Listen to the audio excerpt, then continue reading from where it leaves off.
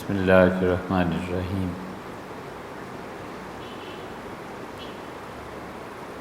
اللہ تعالیٰ نے اس دنیا کو جو بنایا ہے تو اس میں ایک ہے وجود اور اس کے مقابلے میں ایک ہے موہوم۔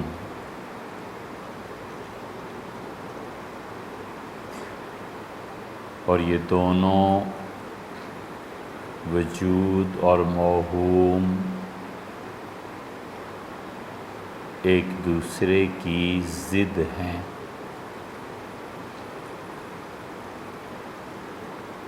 وجود قائم ہوتا ہے اور موہوم کی نفی کرتا ہے، اور موہوم قائم ہوتا ہے اور وجود کی نفی کرتا ہے۔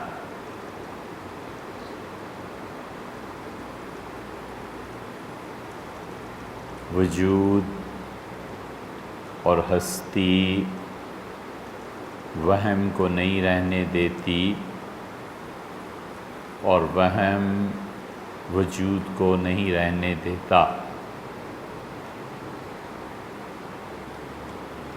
ایک چیز موجود ہے، انسان موجود ہے،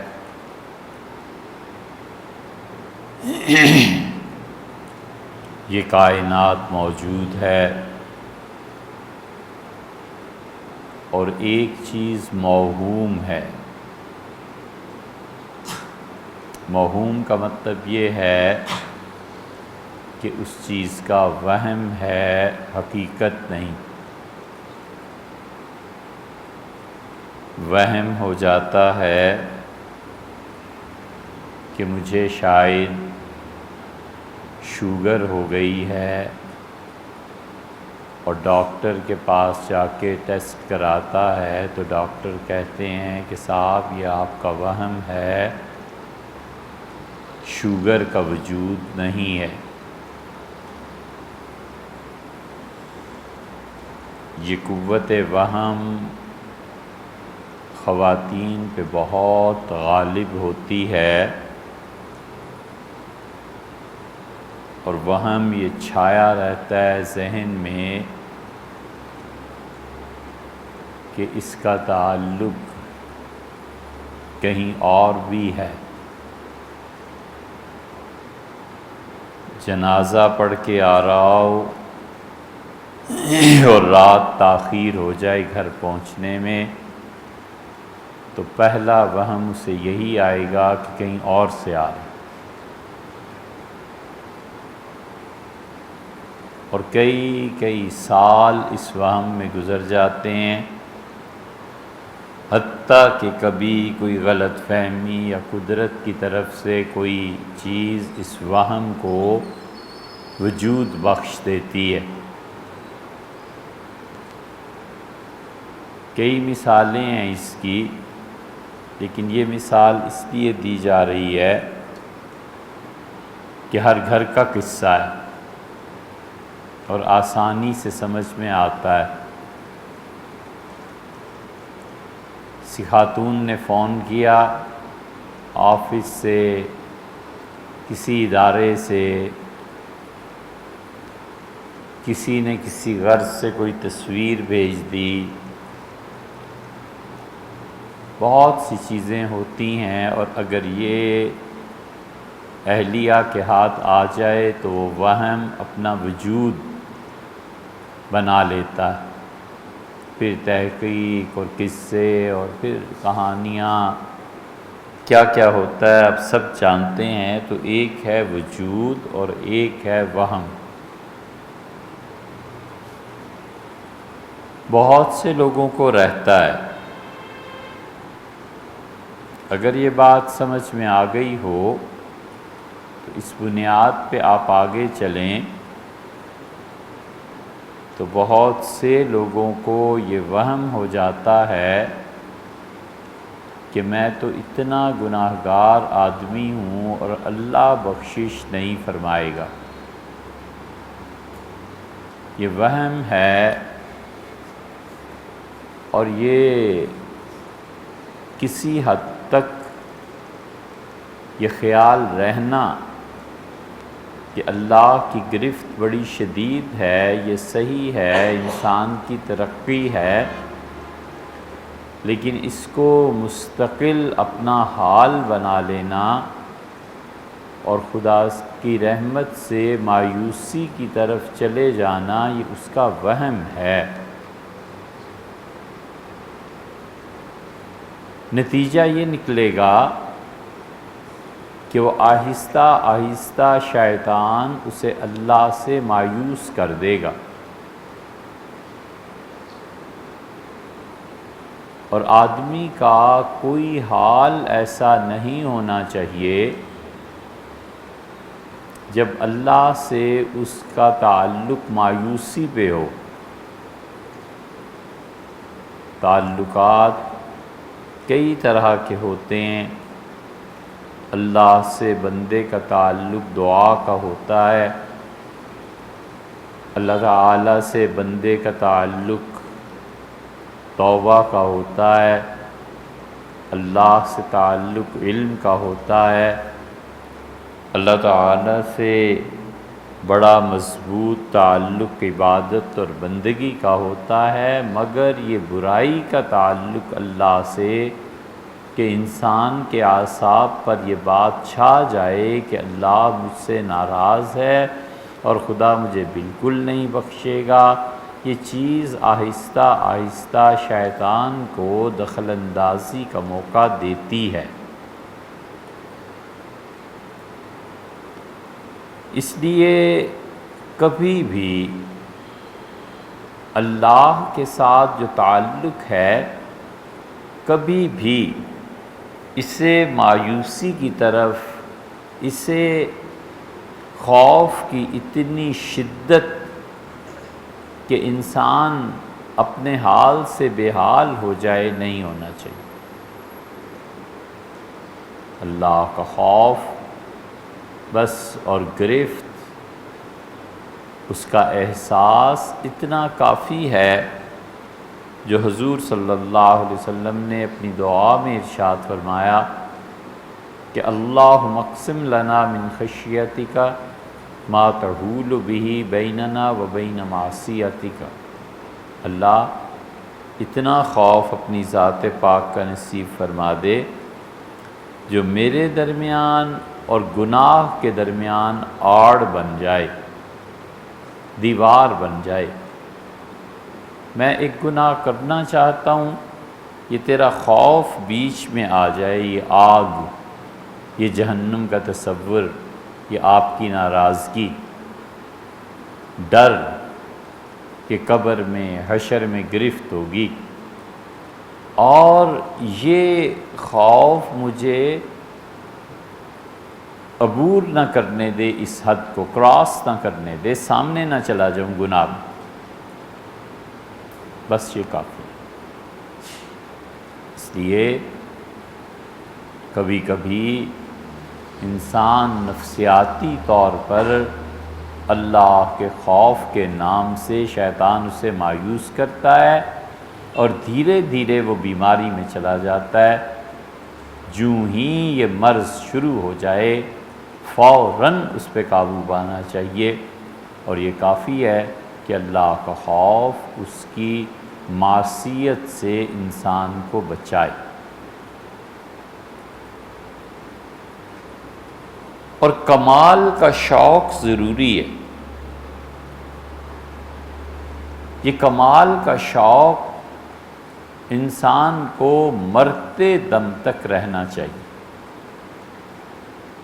کمال کا شوق مٹ جائے تو ترقی ختم ہو جاتی ہے، کمال کا شوق مٹ جائے تو کچھ پاس نہیں رہتا، ساری پونجی لٹ جاتی ہے۔ بچے کو کمال کا شوق اس کے کلاس میں اسے ٹاپ پہ لاتا ہے، ورکر کو کمال کا شوق افسر کی نظر میں محبوب بناتا ہے۔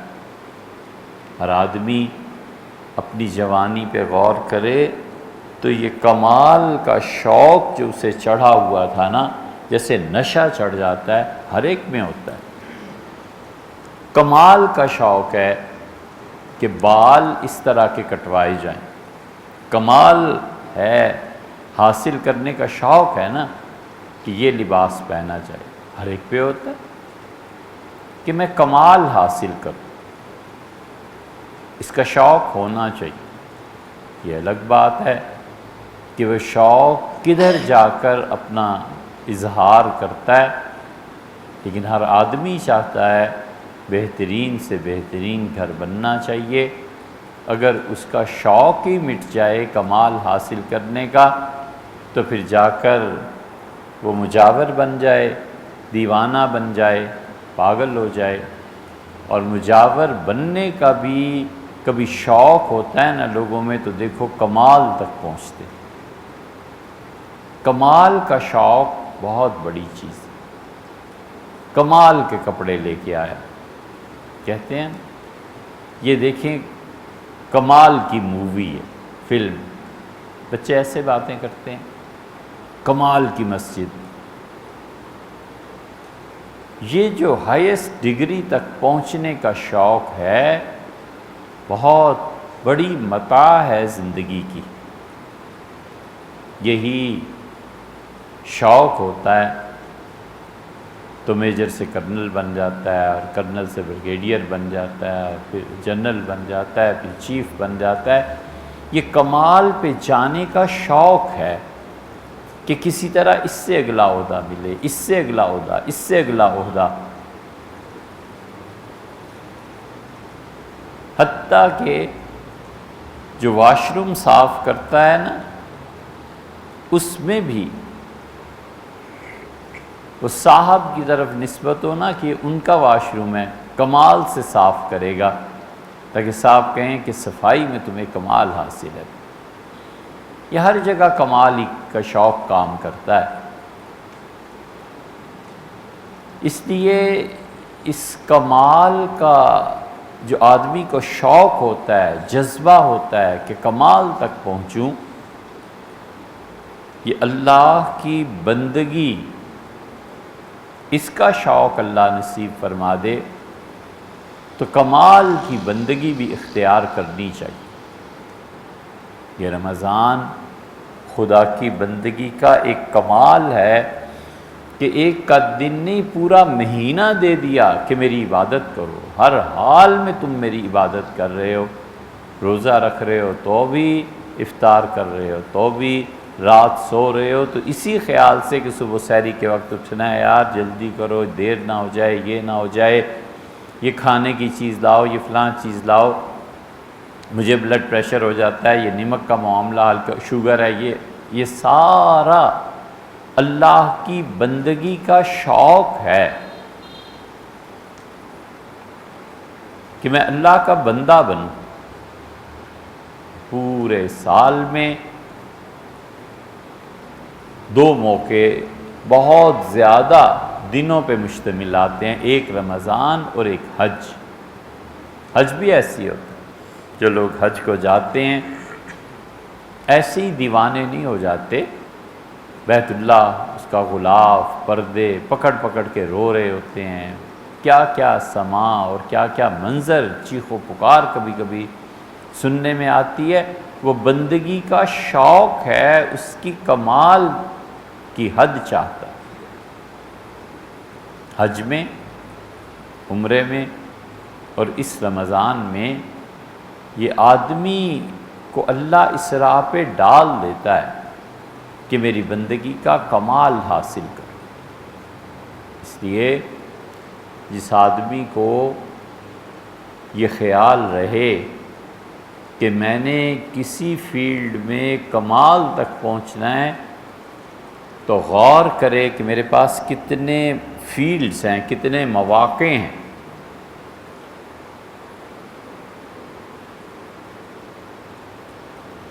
ہمارے بعض اساتذہ وہ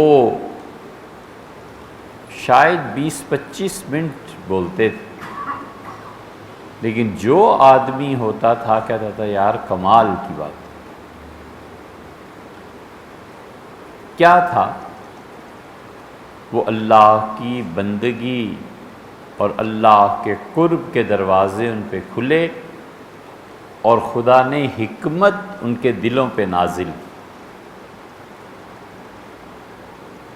یہ بہت بڑی چیز ہے کہ کسی انسان کو بندگی کا شوق ہو اور بندگی کے اس شوق میں خدا اسے قبول کر لے اور حکمت کے دروازے اس پہ کھول دے۔ اللہ کہتا ہے وَمَن یُؤْتَ الْحِکْمَةَ، اور جسے ہم نے حکمت دی، سمجھا دیا اپنے دین کو، فقد اوتی خیرا کثیرا، اسے ہم نے بہت بڑی خیر سے نوازا۔ اور حضور صلی اللہ علیہ وسلم فرماتے ہیں کہ من یرد اللہ بہ خیرا، اللہ تعالیٰ جس سے بھلائی، نیکی، خوبی، نوازنا اللہ کا اللہ جس سے ارادہ کرتا ہے اسے دین کی گہری سمجھ دے دیتا ہے۔ دین کی گہری سمجھ میں سے ایک بات یہ ہے کہ وہ آخرت کو دنیا پر ترجیح دینے لگتا ہے، ہمیشہ سوچتا ہے کہ عمل آخرت میں کیا کام آئے گا، ہمیشہ سوچتا ہے کہ میرا یہ عمل جو کر رہا ہوں یہ اللہ کے قرب میں اضافہ کر رہا ہے یا پیچھے کھینچ رہا ہے۔ ایک یہ بنیادی فکر بھی کسی انسان میں آ جائے نا کہ میری یہ حرکت اللہ کے قریب کر رہی ہے یا دور کر رہی ہے، تو زندگی پلٹ جاتی ہے۔ بار بار سوچتا رہے، کھا رہا ہوں تو اللہ کے قریب ہو رہا ہوں یا دور ہو رہا ہوں، سونے جا رہا ہوں تو یہ اللہ کی قربت ہے یا اس سے بعد ہے، مسجد جا رہا ہوں یہ اللہ سے قرب ہے یا بعد ہے، نماز پڑھ رہا ہوں کیسی، روزہ رکھ رہا ہوں کیسا۔ حضور اقدس صلی اللہ علیہ وسلم نے بعض نیک اعمال کے متعلق فرمایا، مثلا نماز کے متعلق کہ وہ نماز پڑھتا ہے اور نماز لپیٹ کے اس کے منہ پہ دے مارتے، کہ اللہ کو ایسی نماز کی کوئی ضرورت نہیں۔ آدمی اللہ کی بندگی کا کمال حاصل کرے اور اس سے پھر حکمت پیدا ہوتی، حکمت جاری ہوتی ہے۔ اللہ کہتا ہے ہم جس آدمی پر حکمت کے دروازے کھول دیں فقد اوتی خیرا کثیرا، ہم نے بہت خیر اس آدمی کو دے دی، بہت کچھ دے دیا۔ کہ بڑے بڑے لوگ اللہ کے وہ بندے جن پہ دین کی حکمتیں کھلیں، کتابیں لکھیں، سمجھایا، شاہ ولی اللہ محدث دہلوی رحمۃ اللہ علیہ، عز الدین بن عبد السلام، ابن عاشور، یہ سب لوگ ایسے تھے کہ شریعت پر بات کرتے تھے عقل کے ذریعے۔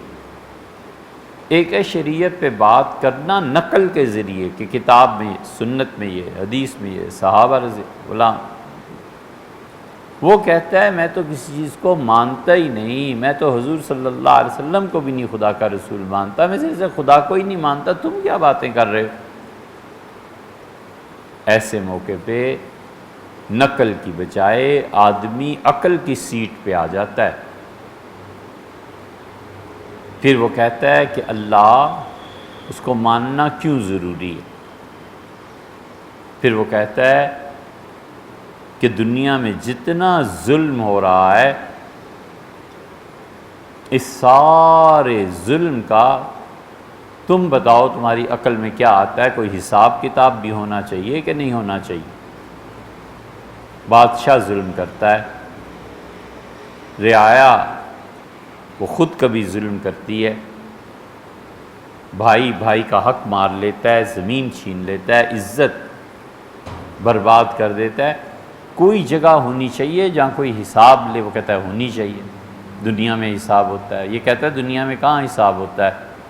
دنیا میں تو گواہیوں اور شواہد کی بنا پر انصاف آتا ہے، شہادت دو، گواہی دو، حتیٰ کہ جج قاضی اپنے ذاتی علم کے مطابق فیصلہ نہیں کر سکتا۔ اسے پتہ ہے محلے میں یہ شخص چور ہے، لیکن عدالت میں جب جج بھی کہے کہ تم چور ہو تو کہے گا صاحب گواہ لائیں، کوئی شہادت بتائیں نا میں کیسے چور ہوں، یہ تو آپ نے الزام لگا دیا اور آپ مجھے بتائیں چور کیسے ہوں، تو شہادتیں اور گواہیں، اس کے بغیر انصاف نہیں ہوتا، اور شہادت جھوٹی بھی ہوتی ہے۔ پہلا مقدمہ، دوسرا مقدمہ اس کا شہادت جھوٹی بھی ہوتی ہے، اب تم بتاؤ انصاف کہاں ہوگا؟ کوئی جواب نہیں اس کا۔ کہتا ہے میں تمہیں جواب بتاتا ہوں کہ ایک دن ایسا ہونا چاہیے کہ اگلوں پچھلوں سب کا حساب برابر کیا جائے، اور وہ دن قیامت کا ہے، ورنہ تم بتاؤ اس مسئلے کو حل کرو، کوئی حل نہیں۔ اور جب قیامت کو مانتے ہو کہ ایک دن آنا چاہیے، ایسا ہونا چاہیے، تو پھر اللہ کو ماننا پڑے گا۔ اگر قیامت کا وجود نہیں ہے تو پھر اللہ بھی نہیں، پھر بے شک نہ مانو، پھر جو مرضی کرتے رہو، تمہیں کون پوچھے۔ اور جب قیامت کو مانو گے تو اس دن جس نے انصاف کرنا ہے نا، اسی ذات کو ہم اللہ کہتے ہیں۔ اب یہ عقل کی دلیل ہے، اس میں کوئی کتاب و سنت، کوئی حوالہ نہیں۔ اس لیے اللہ تعالی جب بندگی کا شوق نصیب فرما دے کہ میں ہر حال میں اس کا بندہ بن کر رہوں، تو اس بندگی سے فکر میں گہرائی پیدا ہوتی ہے، اس بندگی سے نگاہ میں وسعت اور رفعت دونوں پیدا ہوتے ہیں، نگاہ وسیع ہو جاتی ہے، آدمی اس ماحول، گلی محلے، شہر اور ملک سے اوپر اٹھ کے سوچتا ہے اور بہت اوپر بلند چلا جاتا ہے۔ وسعت نظری، اور وسعت نظری اللہ کا بہت بڑا انعام۔ ایک گناہگار توبہ کرنے آیا، شیخ شرف الدین یحییٰ منیری رحمۃ اللہ علیہ حیات، بہار میں خانقاہ حضرت رحمۃ اللہ علیہ۔ کسی نے کہا حضرت یہ بہت ہی گناہگار ہے، فرمایا ہوگا، تمہیں کیا چھوڑو؟ اس کا حضرت بہت شراب پیتا ہے، رات بھر دھت۔ ان نے کہا جی بھائی چھوڑو، دن کو تو نہیں پیتا ہوگا؟ اس کا دن کو بھی پیتا ہے۔ ان کا اچھا چلو، رمضان میں تو نہیں پیتا ہوگا؟ اس کا رمضان میں بھی پیتا ہے۔ تو فرمانے لگے کہ چھوڑنے کی امید ہے؟ اس کا حضرت ممکن ہے کبھی چھوڑ دے، بظاہر تو نہیں لگتا۔ انہوں نے کہا بس اس امید پہ قائم رہو، آخری حد تک وسعت نظری کہ مجرم کو لوٹنے کا موقع دینا چاہیے، اور اس کے لیے راہ ہموار کرنی چاہیے کہ آؤ ادھر کو پلٹو۔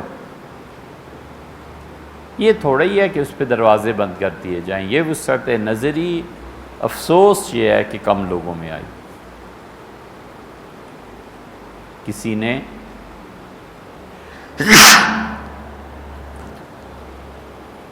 ایک سوال بھی دریافت کیا ہے، یہ اس کا بھی جواب ہے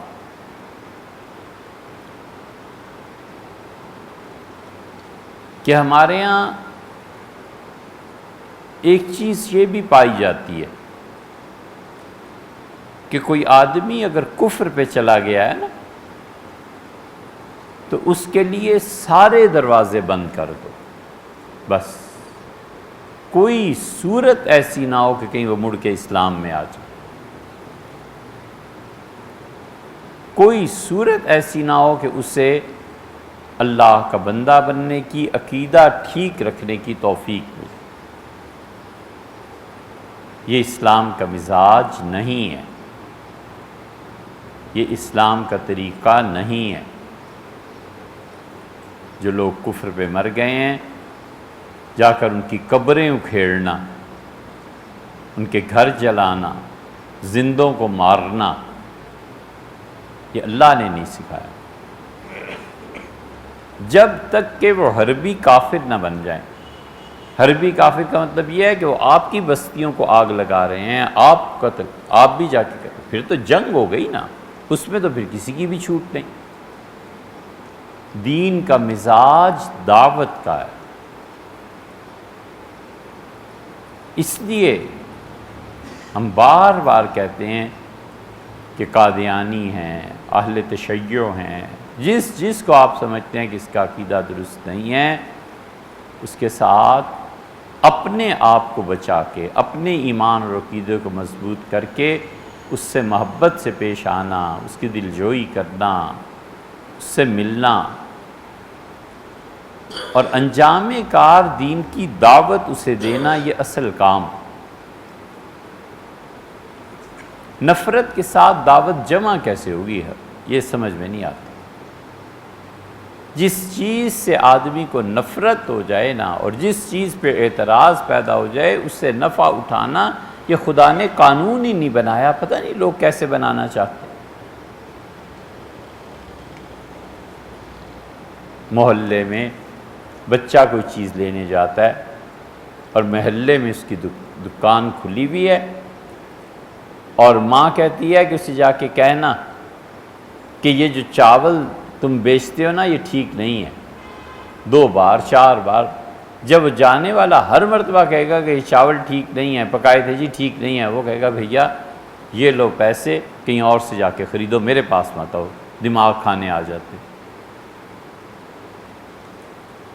جہاں اعتراض ہوتا ہے وہاں نفع کا دروازہ بند ہو جاتا ہے۔ حضور اقدس صلی اللہ علیہ وسلم کی صحبت میں جو لوگ اس لیے آئے تھے کہ جا کر حق کو تلاش کریں، سچائی کہاں ہے، جو وہ کہتے ہیں ان کی بات تو سنیں نا کہ کیا معاملہ ہے۔ نتیجہ یہ کہ پھر وہ واپس نہیں گئے، وہ پلٹے نہیں۔ حضور صلی اللہ علیہ وسلم کے اخلاق اور کردار اور وحی اس نے ایسا جکڑا کہ پھر اللہ نے ان سے کہا کہ رضی اللہ عنہ، میں تم سے خوش ہوں، راضی ہوں۔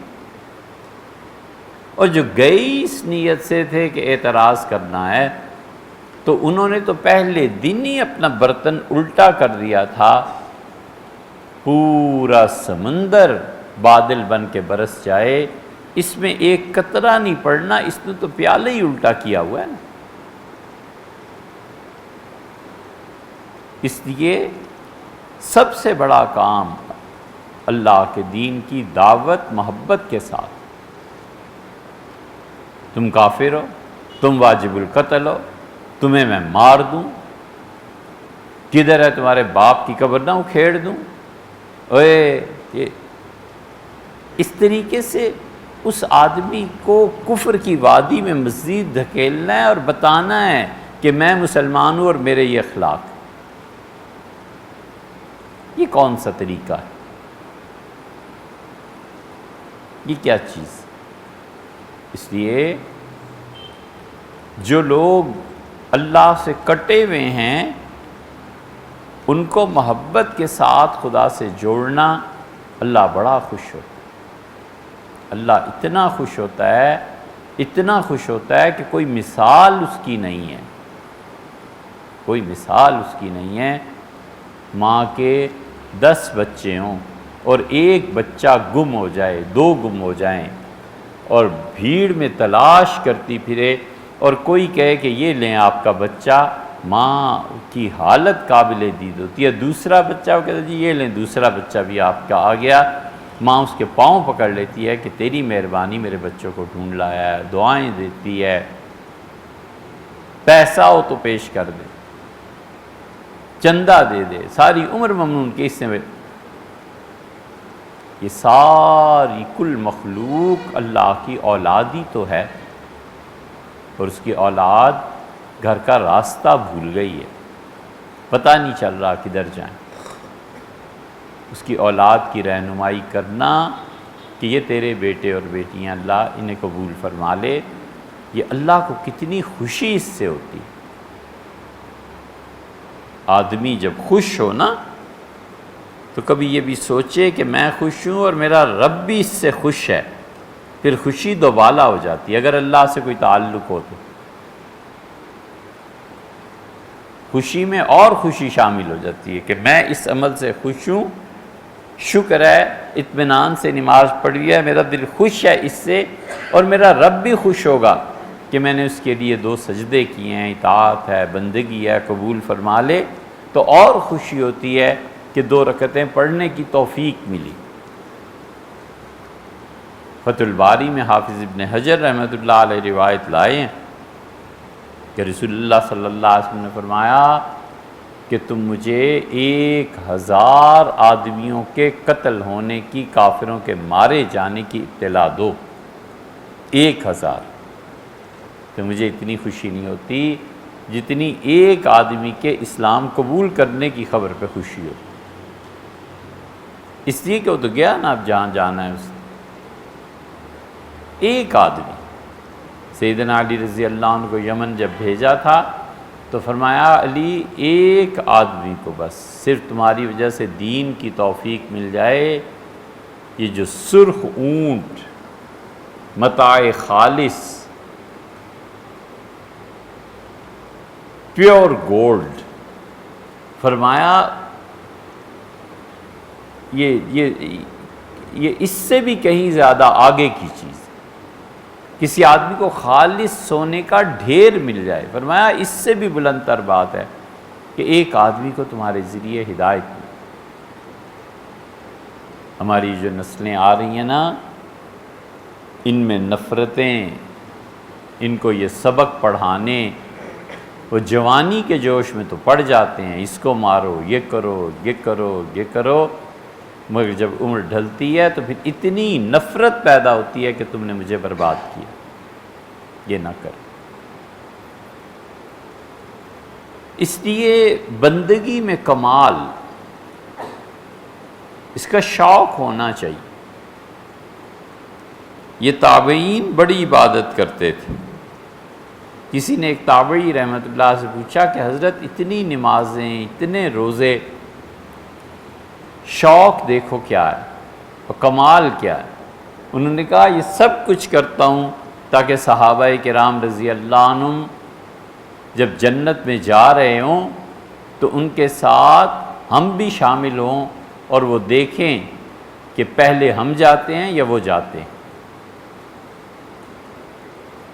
ایک جگہ آیا ہے کہ انہوں نے کہا صحابہ رضی اللہ عنہم قیامت میں جب ہمارے اعمال کو دیکھیں تو یہی نہ سمجھیں کہ بس انہی کی حصہ ہے جنت، وہ اپنے بعد مرد چھوڑ کے اس دنیا میں گئے تھے۔ کہا ہمارے کندھے ان کے کندھوں کے برابر جائیں گے، انہیں پتہ چلے کہ بعد والوں نے بھی کچھ کام کیا۔ یہ بندگی کا شوق ہے۔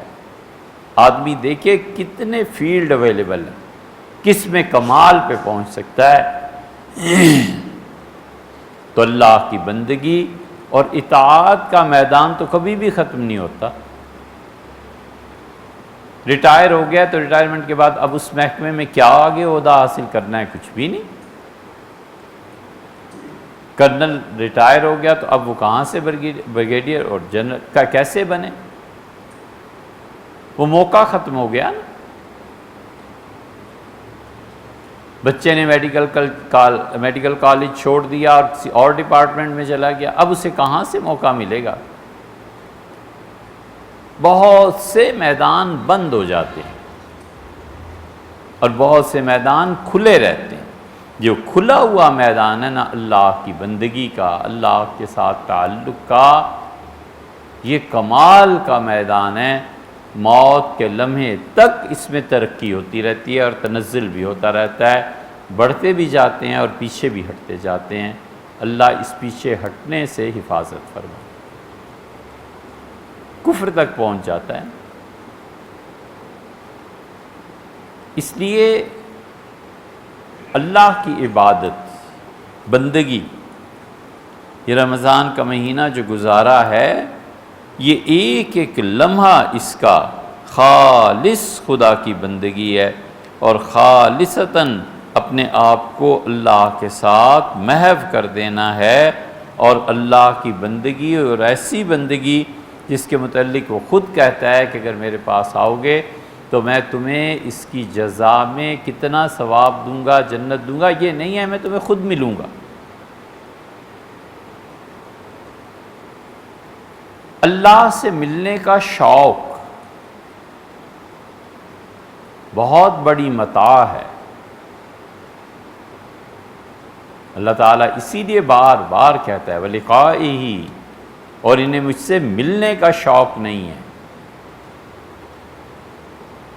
اور اللہ تعالیٰ بار بار کہتا ہے کہ انہیں کوئی خبر ہی نہیں ہے کہ آ کے مجھ سے ملنا ہے، ایسے لوگوں کو سزا ملے گی۔ اور جس کو اللہ سے ملنے کا شوق ہوگا، وہ شوق موہوم ہے یا وجود ہے، اس کا فیصلہ خود کرو۔ وجود اور موہوم میں فرق ہے نا۔ آدمی ہر عمر میں وہم کا شکار ہو جاتا ہے، بچوں ہی کو نہیں، بچہ ہوتا ہے آدمی تو کیا کیا چیزیں نظر آتی ہیں، عمر بڑھتی ہے تو پھر پتہ چلتا ہے کہ کوئی چیز نہیں تھی، ایسے ہی قوت وہم غالب ہوتی ہے تو جن پریاں بھوت نظر آتے ہیں، چڑیلیں نظر آتی ہیں۔ جب تھوڑا سا اور بڑا ہوتا ہے تو کہتا ہے ایسے ہی یار میرے دماغ کا ہی خلل تھا۔ بڑھاپے میں وہم ہو جاتا ہے، نظر کچھ آتا ہے، اینک لگی ہوئی ہوتی ہے تو دیکھتا کچھ ہے اور سنتا کچھ ہے، وہم ہی ہوتا ہے نا۔ عید کا چاند دیکھو تو وہم پڑ جاتا ہے۔ عمر بن عبدالعزیز رحمۃ اللہ علیہ عید کا چاند دیکھنے کے لیے تشریف لائے۔ غالباً حضرت انس رضی اللہ عنہ تھے، تو وہ صحابی تھے، حضور صلی اللہ علیہ وسلم کے خادم تھے۔ انہوں نے فرمایا وہ چاند دیکھو، وہ ہے۔ اب کون بولے کہ حضرت چاند نہیں ہے؟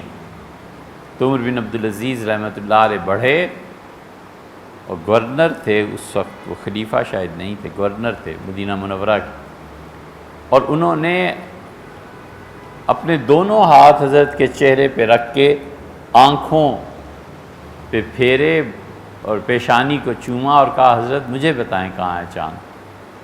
کوئی چاند نہیں تھا۔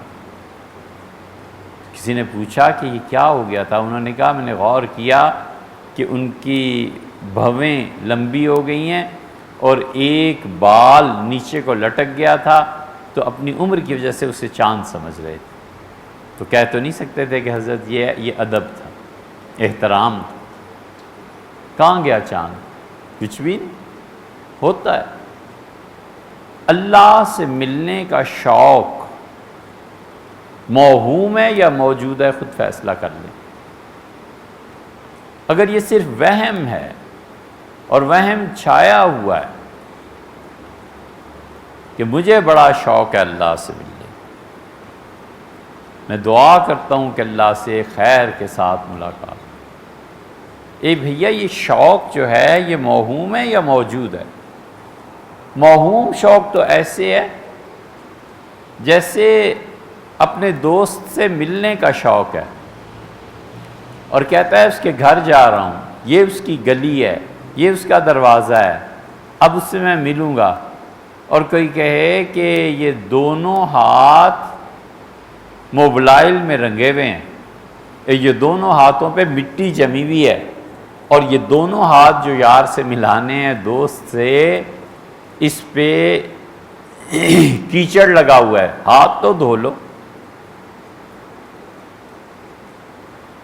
تو یہ شوق موہوم ہی ہوا نا۔ اگر اس شوق میں صداقت ہوتی، کسی کے کچھ کہنے کی ضرورت ہی نہیں تھی، ہاتھ دھو کے، اچھے کپڑے پہن کے، خوشبو لگا کے، بن سنور کے اپنے یار اور محبوب سے ملنے جاتا، کسی کو کہنے کی ضرورت ہی نہیں تھی۔ یہ سب چیزیں اسے محبت خود ہی سکھا دیتی۔ اس لیے سوال اٹھتا ہے بندگی پہ کہ بندگی کتنی ہے، اللہ سے ملنے کا شوق ہے نا، تم بندہ بننا چاہتے ہو نا، کتنے بنے سنورے ہو، کتنا اپنے نفس کو پاک کیا ہے، ہاتھ دھوئے ہیں کہ نہیں دھوئے، غسل کیا ہے یا نہیں کیا، خوشبو لگائی ہے کہ نہیں لگائی، جس مجلس میں جا رہے ہو اس کے مطابق اپنے آپ کو بنایا یا نہیں۔ اگر یہ فکر بھی ہے نا، صرف فکر بھی ہے نا بنانے کی، تو بھی اللہ خیر کرے ٹھیک۔ اور فکر کے بعد ہمیشہ آدمی خیال سے چلتا ہے، اور خیال سے پھر عزم پہ آتا ہے، اور عزم سے عمل پہ آتا ہے۔ خیال آتا ہے گناہ کا یا نیکی کا، اور اس کے بعد پکا ارادہ کرتا ہے، اور پکے ارادے کے بعد عمل پہ چلا جاتا ہے، بس یہی تو ہے۔ تو جس کو فکر بھی ہے نا وہ پھر بھی ٹھیک۔ جب یہ فکر ہوتی ہے تو پھر اس کے لیے تیاری بھی کرتا ہے۔ اور بندگی اگر موہوم ہے ہی نہیں، خدا کا کبھی دھیان ہی نہیں کیا، حتیٰ کہ شوق بھی پیدا نہ ہو، تو پھر کیا بندگی ہے یار، کچھ بھی نہیں۔ ہم میں سے بہت سے لوگ اللہ کی عبادت نہیں کرتے، وہ اللہ کے خیال کی عبادت کرتے ہیں۔ بہت سے لوگ اللہ کو سجدہ نہیں کرتے، وہ اپنے خیال کو سجدہ کرتے ہیں۔ بہت سے لوگ اللہ کی بندگی کے میدان میں نہیں آتے، وہ محض جو خیال ہے نا ان کا اللہ کے متعلق، اس خیال کے پیچھے چل رہے ہو۔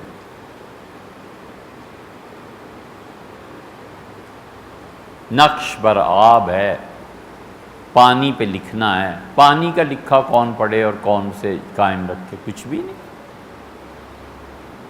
بہت سے لوگ، ان کا ایک تصور ہے خدا کے بارے میں، یہ اس تصور کی عبادت کرتے ہیں، وگرنہ اللہ کی ذات اس حقیقت کو مانتا ہو، ریئلائزیشن ہو کہ اللہ ہے،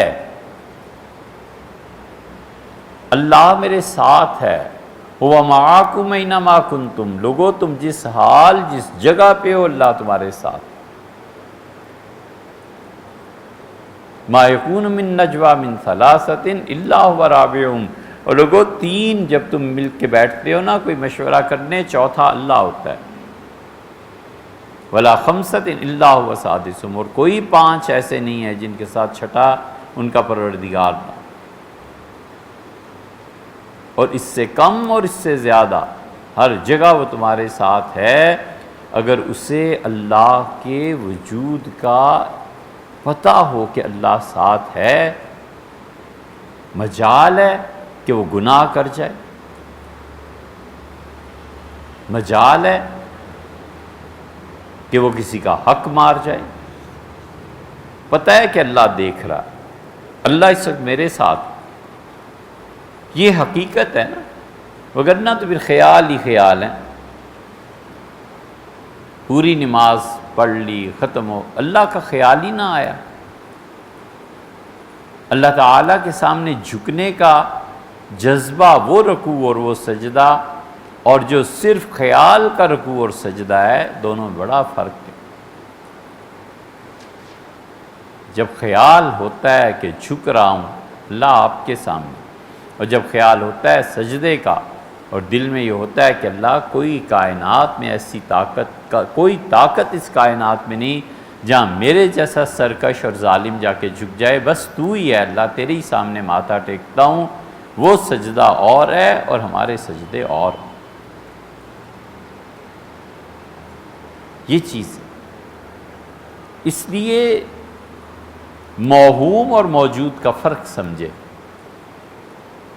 اور کمال حاصل کرنے کا شوق پیدا کرے کہ کمال پہ جانا ہے۔ شوق تو رہتا ہی ہے، یہ کمال ہی کا تو شوق ہے کہ دیکھو بچوں یہ میرا کمرہ ہے، بس اب مجھے اس میں رہنے دو، باپ دادا ماں نانی اپنا ایک کمرہ بوڑھے آدمی کو مل جاتا ہے کہ چلو بھئی اس پہ رہو، تم سب خدمت، اس وقت نہیں آنا، اس وقت دروازہ نہیں کھٹکھٹانا، اچھا اب سردی آ رہی ہے، سوچتا ہوں کس دن جا کے ہیٹر لے آؤں، کئی گھنٹے میں ہیٹر کا انتخاب، اچھا بچوں مجھے اے سی لا دو، اچھا یہ رضائی اب ہزاروں ہر آدمی کی ضرورت ہے نا جی. تو یہ کیا ہے؟ یہ شوق ہے اپنے آرام کو کمال تک پہنچانے کا، کہ میں نے آرام کرنا ہے اور کمال تک پہنچانا ہے، اس سے کوئی چیز نیند خراب نہ کرے، سکون نہ خراب. بالکل جائز، بالکل صحیح ہے. ایک مثال اس بات کی ہے کہ آدمی کمال کا شوق اپنے اندر مرتے دم تک رکھتا ہے، کیوں نہ خدا کی بندگی کا کمال حاصل کرے، کہ مجھے اللہ تیری بندگی میں کمال پر پہنچنا ہے. اور کمال اس کا یہ ہے بندگی کا، وہ چھوٹی سی ایک چیز ہے اور وہ اتباع سنت ہے. بس حضور صلی اللہ علیہ وسلم کی سنت پر عمل کرنا. حضرت مجدد الفسانی رحمۃ اللہ نے لکھا ہے، دیکھو یہ بڑے لوگ ہیں نا، کہاں نظر پہنچی. فرمایا عید الفطر کے دن صبح کوئی میٹھی چیز کھا کر عیدگاہ کی طرف جانا. حضور صلی اللہ علیہ وسلم کھجوریں کھا لیتے تھے نا، کوئی نہ کوئی، 1 3 5 7 کوئی بھی. پھر اس کے بعد عید پڑھانے کے لیے تشریف لے جاتے تھے. حضرت مجدد رحمۃ اللہ نے لکھا ہے کہ ہم سمجھتے ہیں کہ یہ افطار اور عید الفطر میں صبح کو اٹھ کے کھجوریں کھانا 1000 نفل پڑھنے سے بہتر ہے کہ یہ سنت، یہ طریقہ. کہتے ہیں نفل نماز میں اتنا ثواب نہیں ہے جتنا میٹھی چیز کھانے میں ثواب ہے عید کے دن، کیونکہ رسول اللہ صلی اللہ علیہ وسلم نے یہ کیا. بس یہ معیار ہے کہ سنت کا اتباع جو ہے نا، یہ بندگی کا کمال ہے. آدمی چاہے اسے تھوڑا سمجھے، کم سمجھے، لیکن حقیقت یہ ہے کہ جو کچھ ہے بس وہی ہے، بس وہی ہے. حضور اقدس صلی اللہ علیہ وسلم گوشت بہت شوق سے کھاتے تھے. ایک آدمی گوشت کھاتا ہے، اس کی صحت اچھی ہوتی ہے. ایک آدمی کہتا ہے، وہاں بھی یہ آیا ہے، حدیث میں بھی آیا ہے، حضور صلی اللہ علیہ وسلم. کمال ہے، یہ بندگی ہے. حضرت رسالت مآب صلی اللہ علیہ وسلم نے فرمایا عطاب رضی اللہ عنہ سے کہ اپنے گھر میں دیکھو انگور کی بیل ضرور لگانا، اور موٹے انگور جب یہ پک جائے نا، منقع بن جائے، تو اسے بھی زکوٰۃ میں دینا، اسے زکوٰۃ میں دینا. ایک آدمی محنت کرتا ہے، انگور کی بیل اپنے گھر میں لگا لیتا ہے، اتنی تھوڑی سی تو جگہ اس کو چاہیے. انگور پڑتے ہیں کبھی جا کے، منقع بنتا ہے، 1 پاؤ منقع وہ جمع کر لیتا ہے. مارکیٹ میں کیا ریٹ ہے منقع کا؟ پتہ چلا جی 100 روپے. تو 100 روپے کا منقع اس نے کسی غریب کو لے جا کر دے دیا، اتنی محنت کے بعد کس سے زکوٰۃ ادا کر دی ہے. یہ ہے بندگی کا کمال. حضور صلی اللہ علیہ وسلم کا طریقہ ہے نا، انہوں نے فرمایا ہے نا، اس سے بڑا کمال نہیں ہوتا. جتنا بھی شوق ہے، دوپہر کو سو جاتے تھے، آرام کرے، بالکل سوئے، اس نیت سے کہ رسول اللہ صلی اللہ علیہ وسلم سوتے. کتابیں بھری پڑی ہیں کہ حضور صلی اللہ علیہ وسلم کیا کیا. اور اس کا کمال یہ ہے کہ ریاکاری نہیں ہوتی، دکھاوا نہیں ہوتا. اب دوپہر کو سونے جا رہا ہے تو کیا دکھائے گا کہ میں اتباع سنت کر رہا ہوں، بندگی ہے، کیا ہے؟ ہر کوئی یہی سمجھے گا نا کہ سونے جا رہا ہے، وہ سونے جا رہا ہے. یہ تو اللہ جانتا ہے کہ وہ کیوں سونے جا رہا ہے. سنت کے اتباع میں اللہ کی خوشی ہے، بندگی کا کمال ہے، اور مخلوق سے بے نیازی ہے. نہ لینا نہ دینا. لوگوں نے کیا کر لینا ہے، برا کہہ کے کیا حاصل ہوا اور اچھا کہہ کے کیا وصول ہوا. اس لیے بندگی موہوم نہیں ہونی چاہیے کہ وہم پڑ جائے کہ میں بھی کوئی عبادت گزار ہوں، میں بھی کوئی. زندگی کو سنت کے معیار پہ پرکھے. اسی طرح صبر کرنا، مصائب، تکالیف، پریشانیاں. حضور اقدس صلی اللہ علیہ وسلم کی حیات طیبہ کو کبھی آپ پڑھیں نا، سیرت کو، غالباً کوئی 6 مہینے بھی مسلسل ایسے نہیں گزرے جس میں کوئی نہ کوئی مصیبت نہ آ گئی ہو۔ خاندان میں، گھر میں، باہر، اپنوں میں، کافروں میں، ہر 2-4 مہینے بعد کوئی نہ کوئی آزمائش، کوئی نہ کوئی آزمائش۔ اب ادھر سے کافر آ رہے ہیں، ادھر سے گھر میں کوئی مسئلہ بن گیا ہے، ادھر صحابہ کرام رضی اللہ عنہ پہ کوئی مشکل پیش آ گئی ہے، ادھر کوئی اور چیز ہو گئی ہے۔ حضور صلی اللہ علیہ وسلم کی ساری زندگی صبر کا ایک مثالی نمونہ تھی۔ یہ صبر اپنے اندر پیدا کر، یہ کمال کی چیز ہے، یہ صبر پیدا نہیں ہوتا۔ اس لیے بندگی کو ثابت کرنا ہے، ثبوت دینا ہے کہ میں آپ کا بندہ ہوں۔ مصیبت اور پریشانی آئی ہے، اب اس سے جان نہیں چھٹ سکتی، اللہ کی رضا کے لیے سر خم کر دینا کہ مولا جو تیری مرضی ہے نا بس ٹھیک ہے، نہیں ٹلتی، تو ہی ٹالے تو ٹالے، کوئی نہیں ٹال سکتا۔ موت کون ٹال سکتا ہے؟ حتیٰ کہ اللہ کا اپنا قانون اور قاعدہ کہ دوبارہ دنیا میں نہیں بھیجنا، اب کیا کر سکتا ہے؟ کچھ بھی۔ یہ سب چیزیں ایسی۔ روزے رکھے، بڑی کوتاہی ہے اللہ کی بندگی میں، یہ کوتاہی عمومی طور پر چھا گئی ہے۔ لوگ نفل روزے نہیں رکھتے، نفل روزے رکھنے چاہیے۔ ہفتے میں 2 تو رکھے نا، پیر کو اور جمعرات۔ حضور صلی اللہ علیہ وسلم 2 روزے رکھتے تھے، اگر کوئی بیماری، کوئی ذوق، بڑھاپا، یہ چیزیں نہ ہوں، رکھنے چاہیے روزے۔ 13، 14 اور 15 چاند کی راتیں، تینوں راتیں روشن ہوتی ہیں نا۔ 13 کو بھی تقریباً چاند پورا ہوتا ہے، 15 کو بھی، اور 14 کو تو ہوتا ہی ہوتا ہے۔ ان 3 دنوں میں روزے رکھنا، حضور صلی اللہ علیہ وسلم ایسے کیا کرتے۔ کبھی ویسے ہی روزہ رکھ لینا، اللہ کی اطاعت، بندگی اور خوشی کے لیے روزہ رکھنا۔ گرمیوں کی طویل دوپہر میں کسی دن روزہ رکھنا، تاکہ اللہ کی بندگی اور اللہ کی محبت، اس کا احساس اپنے اندر بھی اور اللہ بھی دیکھے کہ میرا یہ بندہ مجھ سے محبت کرتا ہے، میرے لیے پیاسا ہے، میرے لیے بھوکا ہے۔ فائدہ اٹھانا چاہیے ان چیزوں۔ سردیوں کی طویل راتیں قرآن کی تلاوت میں، اللہ کی عبادت میں، یہ ساری چیزیں ایسی ہیں جو بندگی کو وہم سے حقیقت میں منتقل کرتی ہیں، ورنہ تو ہر کوئی کہے گا کہ اللہ کا بندہ ہوں، تم نے بندگی کے ثبوت کیا دیا ہے؟